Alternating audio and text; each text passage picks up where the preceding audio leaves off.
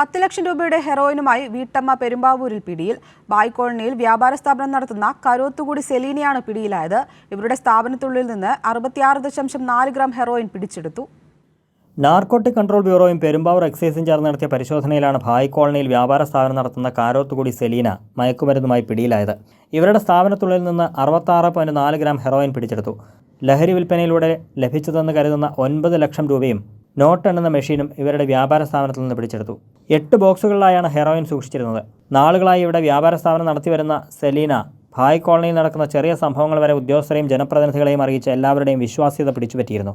ഇത് മുതലെടുത്തായിരുന്നു ലഹരി കച്ചവടമെന്ന് ഉദ്യോഗസ്ഥർ പറഞ്ഞു. ഇവരാണ് നമ്മുടെ കണ്ണന്തര കേന്ദ്രീകരിച്ചും പെരുമ്പാവൂർ കേന്ദ്രീകരിച്ചും ഒക്കെ തന്നെ ഇവർ വിൽപ്പനക്കാർക്ക്, ചില്ലറ വിൽപ്പനക്കാർക്ക് ഇതൊരു താവളമാക്കിയായിരുന്നു പ്രവർത്തിച്ചുകൊണ്ടിരുന്നത് എന്നാണ് നമുക്കറിയാൻ കഴിഞ്ഞത്. ബായ് കോളനിയിൽ നിന്ന് ഇതിനു മുൻപും വലിയ തോതിൽ ലഹരി വസ്തുക്കൾ പിടികൂടിയിട്ടുണ്ടെന്നും ഇപ്പോൾ പിടിയിലായ സെലീനയെ കേന്ദ്രീകരിച്ച് വലിയൊരു ലഹരി മാഫിയ ശൃംഖല പ്രവർത്തിക്കുന്നുണ്ടെന്നും നാട്ടുകാർ ചൂണ്ടിക്കാട്ടി. ഗാംബ്ലിംഗ്, സെക്സ് ട്രേഡ്, ഡ്രഗ്സ് ഒക്കെയായി ബന്ധപ്പെട്ടിട്ടുള്ള ഒരു വലിയ മാഫിയ സംവിധാനം പ്രവർത്തിക്കുന്നുണ്ട് എന്നുള്ളതാണ് ഇതിൻ്റെ ഒരു ഭാഗമാണ് ഇപ്പോൾ അറസ്റ്റ് ചെയ്യപ്പെട്ടിട്ടുള്ള സെലീന.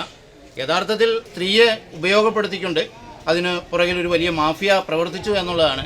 അതുകൊണ്ട് ഇതിൻ്റെ കേവലം ഈ സ്ത്രീയിൽ മാത്രം ആയിട്ട് അത് ചുരുങ്ങരുത്, മാഫിയ സംഘങ്ങളിലേക്ക് അന്വേഷണം പോകേണ്ടതുണ്ട്. പ്രദേശത്ത് ലഹരി കച്ചവടം വർദ്ധിച്ചതിനാൽ സ്വൈരമായി താമസിക്കാൻ കഴിയാത്ത അവസ്ഥയുണ്ടെന്നും നാട്ടുകാർ പറഞ്ഞു. കൈരളി ന്യൂസ്, കൊച്ചി.